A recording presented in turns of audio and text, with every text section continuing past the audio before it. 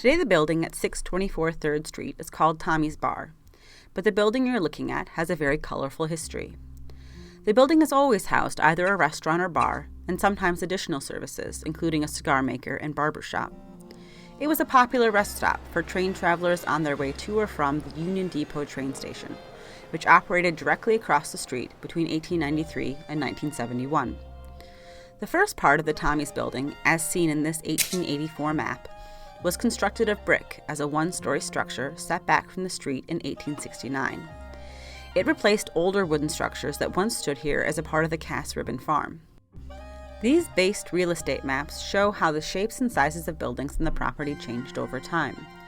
Most notably, building changes include the addition of a one-story wooden building or facade in the years leading up to Prohibition.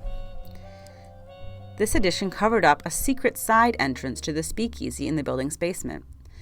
The facade was demolished shortly after Prohibition ended in 1933, but traces of the side entrance it concealed are still visible today.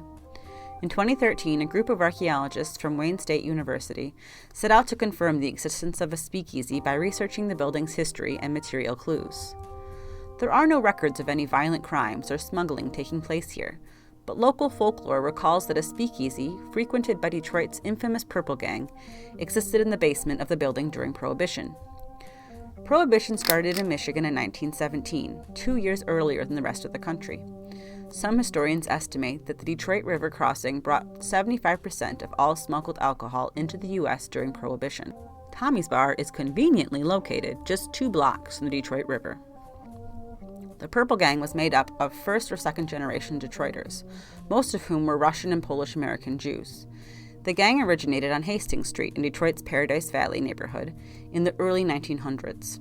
By Prohibition, they held a monopoly on the city's criminal underworld and bootlegging activities. The Purple Gang were such a powerful and ruthless group that even famous mob leader Al Capone cooperated with them and used them to supply his Chicago outfit with illegal alcohol.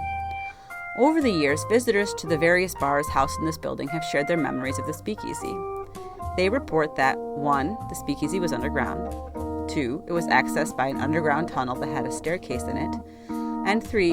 It was a well-furnished, wood-paneled room. In 2013, Wayne State archaeologists discovered convincing evidence of the speakeasy. The evidence included an underground tunnel with traces of a staircase, 2 secret basement entrances, a fake room and false walls, and artifacts from the period. The 2 entrances, the side entrance and the tunnel, led to a small basement room tucked away in the front corner of the bar's basement. The room still has traces of wood paneling on the walls and ceiling. Next to the speakeasy room was a false wall that separated the speakeasy from the portion of the basement accessible from the restaurant upstairs.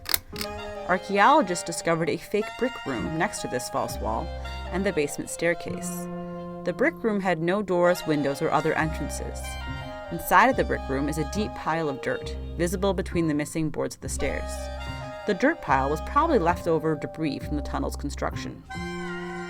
In addition to the architectural and archaeological clues, further proof that there was a speakeasy in this building during Prohibition comes from a guest card found in the Detroit Historical Society. Guest cards were issued by Detroit speakeasies to trusted patrons, who would show them in order to gain entry.